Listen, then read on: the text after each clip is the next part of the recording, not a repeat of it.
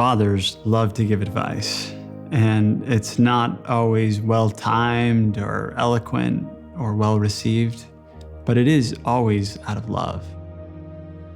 Growing up, my dad would give us these pearls of advice, and he would repeat them so often that they became second nature. It felt like all he wanted was for these pearls to stick with us. And so for Father's Day, he didn't ask for gifts. He would actually give us his favorite poems and ask us to memorize them. And when I was 12, he handed me a photocopy of perhaps his favorite poem, If, by Rudyard Kipling. And I realized in going through that it was all of these sayings that he had been giving to us our whole life.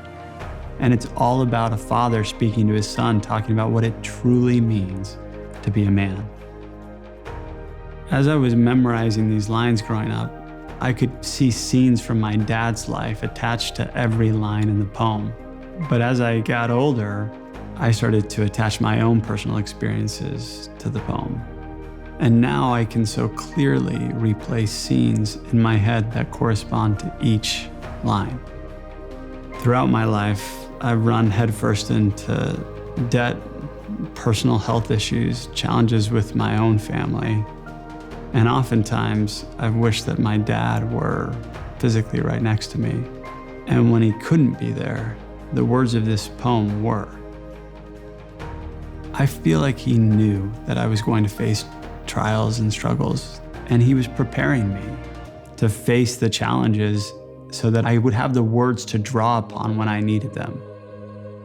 The best gift that I give him was not just to have the words memorized, but to never forget the words or their meaning. If you can keep your head when all about you are losing theirs and blaming it on you, if you can trust yourself when all men doubt you, but make allowance for their doubting too.